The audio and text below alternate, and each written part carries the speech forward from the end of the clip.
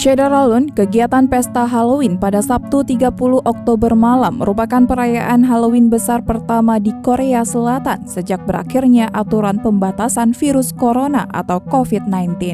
Seperti diketahui, perayaan tersebut berubah menjadi tragedi mematikan pada Sabtu malam sekitar pukul 22 waktu setempat.